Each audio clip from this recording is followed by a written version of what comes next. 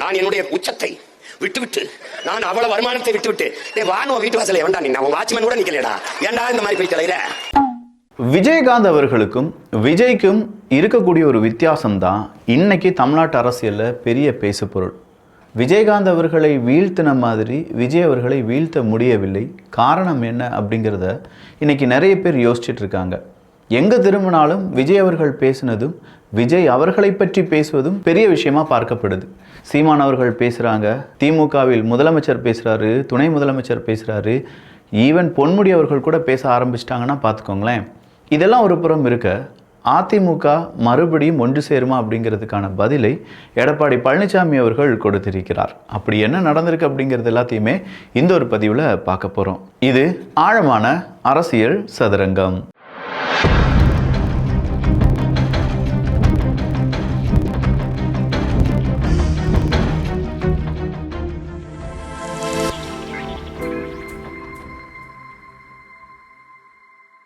நம்ம வீடுகளில் நம்ம குழந்தைகளிடம் கண்டிப்பாக இருக்க வேண்டிய அவங்களுடைய பாக்கெட் மைக்ரோஸ்கோப், சிறுஸ்கோப் அப்படிங்கிறத ஒரு 5 தினத்துக்கு 249 ரூபாய் கொடுக்க போகிறோம். 499 ரூபாய்க்கான ஒரு ப்ராடக்ட் வேறு எங்கேயுமே கிடைக்காத விலைக்கா 249 ரூபாய்க்கு 300x ரொம்ப ப்ரூவ் பண்ணப்பட்ட லென்ஸுடன் அது கம்ப்ளீட் கிட் நீங்கள் உங்கள் குழந்தைகளுக்கு செஞ்சு கொடுக்க வேண்டிய ஒரு DIY கிட் 249 ரூபாய்க்கு வாங்கலாம். அதுக்கான லிங்க் கீழே டிஸ்கிரிப்ஷனில் இருக்குது, வேணுங்கிறவங்க பயன்படுத்திக்கோங்க.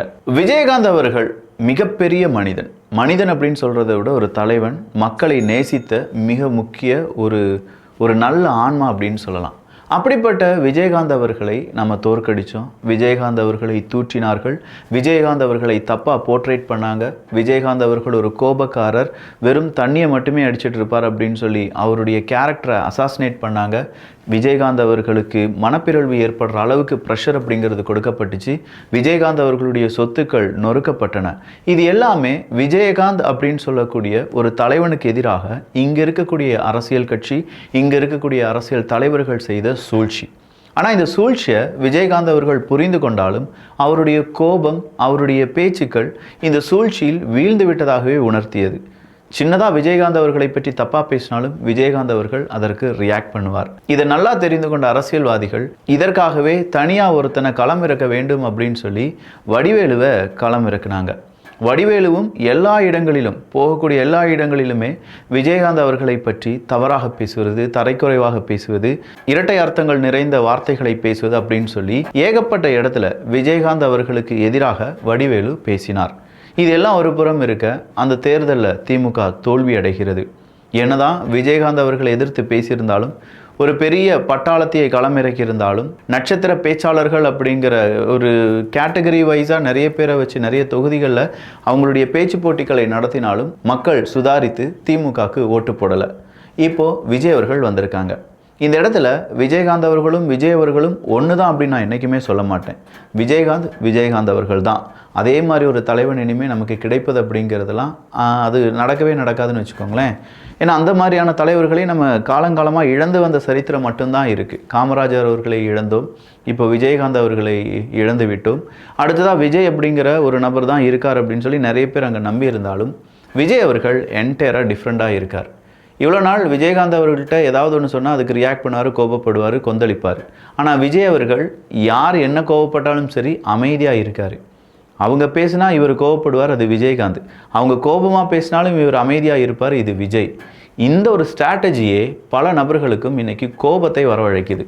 நாம் என்ன கற்றுறோம், கற்றுறோம், ஆனாலுமே விஜய் அவர்கள் நம்மளை பற்றி பேசவே மாட்டேக்காரே அப்படிங்கிற ஒரு சின்ன ஒரு ஆதங்கம் கூட அவங்க மனசில் இருக்கலாமோ என்னவோ. நேரடியாக பேசி பார்த்தாச்சு, அடுத்தா மறைமுகமாக பேசுகிறாங்க. அனில் அப்படின்னு சொல்லி பேசுகிறாங்க.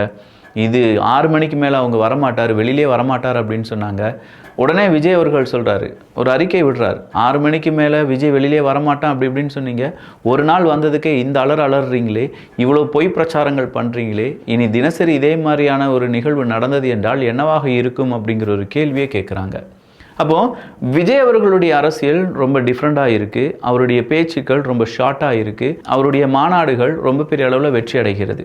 இதெல்லாம் வச்சு விஜய் அவர்கள் ஜெயித்து விடுவார் அப்படின்னு சொல்லி கண்மூடித்தனமாக யாரும் இங்கே நம்பலை. ஆனால் அதே நேரத்தில் விஜய் அவர்களுக்காக கூடிய கூட்டம் சாதாரண கூட்டமும் கிடையாது. இதை கார்த்திக் சிதம்பரம் அவர்கள் தெளிவாக சொன்னார். விஜய் அவர்களுடைய ரசிகர்கள் எல்லா கட்சியிலும் இருக்காங்க. விஜய் அவர்கள் இந்த தேர்தலில் நிற்கும் போது அந்தந்த கட்சியை சார்ந்தவங்க அந்த கட்சிக்கு தான் ஓட்டு போடுவாங்க அப்படிங்கிறது கிடையாது. விஜய் அவர்களை பிடித்தவர்கள் எந்த கட்சியில் இருந்தாலும் விஜய் அவர்களுக்கு ஓட்டு போடுவாங்க. இதனால் நிறைய பாதிப்புகள் வரும். ஆனால் எலெக்ஷனில் திமுக தான் வெற்றி அடையும் அப்படின்னு சொல்கிறாங்க. இது அவங்களுடைய ப்ரெடிக்ஷனாக இருந்தது என்றால் பொன்முடி அவர்கள் என்ன சொல்கிறார் அப்படிங்கிறத நம்ம இங்கே கேட்கணும். ஏன்னா பொன்முடி அவர்கள் பேசின ஓசி அப்படிங்கிறத விஜய் அவர்கள் அவருடைய அரியலூர் மற்றும் பெரம்பலூர் இந்த இடங்களில் நடந்த பரப்புரையில் பேசினார். அப்படி சொல்லும்போது அவர் சொன்ன வார்த்தைகள் இருந்துச்சு. அதில் ஓசி பொன்முடி அவர்கள் அப்படின்னு சொன்னதுனால பொன்முடி அவர்கள் என்ன சொல்கிறாங்கன்னா, இதுக்கு நாங்கள் எந்த விதமான ரியாக்ஷனும் கொடுக்க வேண்டாம், முதலமைச்சரும் துணை முதலமைச்சரும் இதற்கு எவ்வளோ விளக்கத்தை கொடுத்துட்டாங்க, இங்கே விக்கிரவாண்டியில் கூடிய அதே கூட்டம் தான் திரும்ப திரும்ப அங்கங்கே போயிட்டுருக்கே தவிர புதுசாக எந்த கூட்டமும் கிடையாது. விஜய் அவர்கள் தனிமையாக இருக்கிறார். விஜய் அவர்களை பொறுத்த வரைக்கும் அவர் எப்போதுமே மக்களை புரிந்து கொள்ள மாட்டார், நாங்கள் தான் மக்களை புரிந்து கொள்வோம் அப்படிங்கிற கணக்கில் பொன்முடி அவர்கள் பேசுகிறாங்க. அடுத்ததாக தாவேக தலைவர் விஜய்க்கு கூட பல பேருடன் தொடர்பு அமைச்சர் பெரிய கருப்பன் அவர்கள் சொல்லியிருக்காங்க. என்னங்க சொல்கிறீங்க, பல பேருடன் தொடர்பா அப்படின்னு கேட்டால் எஸ், பல நபர்களுடைய உந்துதல் காரணமாகத்தான் விஜய் அவர்கள் இங்கே அரசியலை தொடங்கியிருக்கிறார் அப்படின்னு சொல்கிறாரு பெரிய கருப்பன் அவர்கள். இவர் பெரிய கருப்பன் மட்டும் கிடையாது, பன்னீர்செல்வம் அவர்களாக இருக்கட்டும், எல்லாருமே இதே ஒரு வார்த்தையை சொல்கிறாங்க. பட் உண்மையிலேயே விஜய் அவர்கள் திமுகவை எந்த அளவுக்கு எதிர்க்கிறாரோ அதே அளவுக்கு பாஜகவையும் எதிர்க்கிறார். ஆனால் ஒரு கட்சியை அவர் எதிர்க்கவே இல்லை, அதுதான் காங்கிரஸ் கட்சி. காங்கிரஸும் திமுகவும் நீண்ட நெடிய நண்பர்கள். அது ஈழப்படுகொலையாக இருக்கட்டும், மாநாடு மயிலாட உட்கார்ந்து பார்த்ததாக இருக்கட்டும், அரை தினம் ரொம்ப பெரிய அளவில் உண்ணாவிரதம் இருந்த சரித்திரமாக இருக்கட்டும், இங்கே எல்லாத்துலேயுமே காங்கிரஸும் திமுகவும் ஒன்றா தான் இருந்திருக்காங்க. அப்படிப்பட்ட காங்கிரஸ் கொஞ்சம் கொஞ்சமாக இப்போ விஜய் அவர்கள் பக்கம் வருகிறதோ என்கிற ஒரு கேள்வி உருவாகி இருக்கிறது. கார்த்தி சிதம்பரம் அவர்கள் காங்கிரஸில் மிக முக்கியமான தலைவர். அவர் கூட விஜய் அவர்கள் பேசினது சரிதான், விஜய் அவர்களுக்கு சக்தி இருக்கிறது அப்படிங்கிறத உண்மையாக ஒத்துக்கொண்டு விட்டார். ஸோ இந்த இடத்துல காங்கிரஸ் திமுகவை கை கழுவி விடுமோ அப்படிங்கிற ஒரு பயம் ஒருவேளை திமுகவுக்கு இருக்கலாம். அதே நேரத்தில் திமுக நம்மளை கை கழுவி விட்டுருவாங்களோ அப்படிங்கிற ஒரு பயமும் காங்கிரஸுக்கு இருக்கலாம். காங்கிரசினுடைய கார்த்தி சிதம்பரம் அவர்கள் பேசின மாதிரி காங்கிரசினுடைய மாநில தலைவர் செல்வ பெருந்தகை அவர்கள் இதுவரை பேசவில்லை என்பதும் குறிப்பிடத்தக்கது. அடுத்ததா அதிமுக மற்றும் அதிமுகவினுடைய அந்த உப கிளைகள் இருக்கு பார்த்தீங்களா, அதில் இப்போ எடப்பாடி பழனிசாமி அவர்கள் என்ன சொல்றாரு, தேர்தல் இங்கே வரப்போகுது, அதுக்காக அதிமுக ஒன்றிணைய வேண்டும் அப்படின்னு சொல்கிறாங்க. உண்மையிலேயே அதிமுக சரியாக தான் இருக்குது. அதிமுகவிடமிருந்து இப்போது துரோகிகள் பிரித்து வைக்கப்பட்டிருக்கிறார்கள். அம்மா அவர்கள் மறைவுக்கு பிறகு அதிமுகவை உடைக்க பல நபர்கள் முடிவு செஞ்சாங்க. அந்த நேரத்தில் நம்மளை காப்பாற்றியது பிஜேபி தான். எனவே பிஜேபிக்கு நம்ம என்ன செய்யணும், சப்போர்ட்டாக இருக்க வேண்டியதாக இருக்குது. நிறைய இடத்துல அதிமுகவே இருக்கக்கூடாது அப்படின்னு சொல்லி நிறைய நயவஞ்சகர்கள் அவங்களுடைய பிளானை எக்ஸிக்யூட் பண்ணாங்க.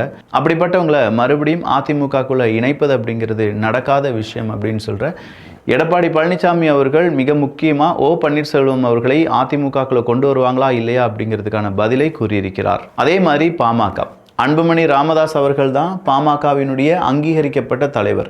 இது தேர்தல் ஆணையத்தினுடைய தீர்ப்பு. இப்போ தேர்தல் ஆணையத்தினுடைய ஒரு லெட்டர் பாமக ஆஃபீஸுக்கு வந்ததாகவும் அதை அவர் ராமதாஸ் அவர்களுக்கு தெரியாமல் அன்புமணி ராமதாஸ் அவர்களுக்கு யாரோ திருடி கொடுத்து விட்டார்கள் அப்படின்னு சொல்லி ராமதாஸினுடைய ஆதரவாளர்கள் கூற ஆரம்பிக்கிறார்கள். பட் அன்புமணி ராமதாஸ் அவர்களை பொறுத்த வரைக்கும் இதுதான் சரியான தீர்ப்பு அப்படின்னு சொல்லி அவர் இப்போது நடைபோட ஆரம்பித்து விட்டார். அதிமுக தொண்டர்கள் கோவிலாக கருதும் தலைமை கழகத்தை குண்டர்கள் வைத்து உடைத்தவருக்கும் புரட்சி தலைவி அம்மா உயிரை கொடுத்து உருவாக்கிய அதிமுக ஆட்சியை கலைக்க முயன்றவருக்கும் அதிமுகவில் ஒருபோதும் இடமில்லை. மாண்புமிகு கழக பொதுச் செயலாளர் புரட்சி தலைவர் எடப்பாடி பழனிசாமி அவர்கள். அடுத்ததா நீட்டு. ஆமா, உண்மையிலே எங்களால் அந்த வாக்குறுதியை நிறைவேற்ற முடியவில்லை. நாங்கள் என்ன நிறைவேற்றி விட்டோமா சொல்கிறோம், உங்ககிட்ட சொல்கிறோம்னா நீட் எங்களால் நிறைவேற்ற முடியவில்லை அப்படின்னு சொல்லி அதற்கு காரணம் மத்திய அரசாங்கம் தான் அப்படின்னு சொல்லி ஸ்டாலின் அவர்கள் சொல்லியிருந்தாங்க. இன்னைக்கு வைகோ அவர்களும் மதிமுக சார்பாக ஒரு விழா அப்படிங்கிறது எடுக்கப்படுகிறது. நிறைய பேர் அதில் பங்கு பெறுகிறார்கள். துரை வைகோ அவர்கள் நான் வீழ்வேன் என்று நினைத்தாயோ அப்படின்னு சொல்லி பைத்தியக்காரான்னு சொல்லி ஒரு பேச்சு பேசினார். ஒரு 5 நிமிட பேச்சு, அது ரொம்ப பெரிய அளவில் வைரலாக ஓடிட்டு இருக்கிற இந்த நேரத்தில் மதிமுகவை பொறுத்த வரைக்கும் திமுகவில் அடுத்ததாக பேரன் மகன் அப்பா தாத்தா இந்த மாதிரியான ஸ்ட்ராட்டஜி இருக்கவே கூடாதுன்னு சொல்லி தான் மதிமுக அப்படிங்கிற ஒரு கட்சியை தொடங்கினார். ஆனால் இன்னைக்கு அதே வைகோ அவர்கள் திமுகவினுடைய அடுத்தடுத்த தலைவர்களுடன் இருந்து புகைப்படம் எடுத்துக்கொள்கிறார். ஆமாம், திமுகவால் சில வாக்குறுதிகளை நிறைவேற்ற முடியாமல் தான் போனது, அதற்கு காரணம் வேறு யார், மத்திய அரசாங்கம் தான் அப்படின்னு சொல்லி அஸ் யூஷுவல் அவங்கக்கிட்ட இருக்கக்கூடிய ஒரே ஒரு கார்டு என்ன அப்படின்னு கேட்டால், எல்லாத்துக்கும் காரணம் பிஜேபி தான், எல்லாத்துக்கும் காரணம் மத்திய அரசாங்கம் தான், எல்லாத்துக்கும் காரணம் ஒன்றியம் தான் அப்படின்னு சொல்லி தப்பிப்பாங்கள்ல. மதிமுக இப்போது மீண்டும் அதே மாதிரியான தப்பிக்கும் வகையான செய்திகளை வெளியிட்டிருக்கிறார்கள். மதிமுகவை பொறுத்த வரைக்கும் மல்லை சத்யா அவர்களை பிரித்து விட்டார்கள். இப்போது மல்லை சத்யா அவர்கள் புதிய ஒரு கட்சியை தொடங்கி இருப்பதாகவும் அதற்கான கொடியை இன்று மல்லை சத்யா அவர்கள் அறிமுகம் செய்தார்கள் என்கிற தகவலும் வெளியாகி இருக்கிறது. ஸோ இது அரசியலில் நடந்த சில செய்திகள் மட்டும்தான். இன்னும் நிறைய செய்திகள் இதே மாதிரி தெரிந்து கொள்வதற்கு அரசியல் சதுரங்கம் அப்படிங்கிற நம்ம சேனலை சப்ஸ்கிரைப் பண்ணிக்கோங்க. நான் முதலே சொன்ன மாதிரி ஒவ்வொரு வீடுகளிலும் இருக்க வேண்டிய ஒரு ஐட்டம் தான் மைக்ரோஸ்கோப். அதை நம்ம பேக்கெட்லேயே வச்சு அது ஒரு இலையோ ஒரு தண்ணீரையோ வச்சு பார்க்கும்போது குழந்தைகளுடைய கண்ணில் தெரியக்கூடிய அந்த ஒரு விரிவாக்கம் இருக்குது பார்த்தீங்களா. குட்டி பொருளையும் நம்மளால் பெருசாக பார்த்து அப்படி பார்க்கக்கூடிய பொருளை வைத்து அது வழியாக சயின்ஸ் படிக்கிறது அப்படிங்கிறதெல்லாம் கொடுத்து வச்சுருக்கணும். ஸோ நம்ம படிக்கும்போது இதெல்லாம் வரல அப்படிங்கிற ஒரு ஏக்கம் நமக்குள்ளே இருந்தாலும் இப்போ நம்ம வீட்டு குழந்தைகளுக்கு இது யூஸ் பண்ணலாம். 249 ரூபாய்க்கு கிடைக்கிது. சிறுஸ்கோப் வேறு எங்கேயும் இந்த விலைக்கு கிடைக்க வாய்ப்பே கிடையாது. 499 ரூபா, இப்போ அது 249 ரூபா. 5 தினங்கள். வேணுங்கிறவங்க வாங்கிக்கோங்க. நண்பர்களுக்கு கிஃப்ட் பண்ணணும்னா கிஃப்ட் பண்ணிக்கோங்க. ஸ்கூல்ஸுக்கு உங்கள் வீட்டு குழந்தைக்கு கிஃப்ட் இல்லாட்டி பர்த்டே வருது, ஒரு 10 பேருக்கு ஏதாவது கிஃப்ட் கொடுக்கணும்னா ஒர்த்தான கிஃப்டாக இது இருக்கும், வாங்கி கொடுங்க. மேலும் அதுக்கான லிங்க் வேணும் அப்படின்னா கீழே டிஸ்கிரிப்ஷனில் இருக்குது, பார்த்துக்கோங்க. நல்லதை பகிர்ந்து நல்ல சமுதாயத்தை உருவாக்குவோம். நன்றி, வணக்கம்.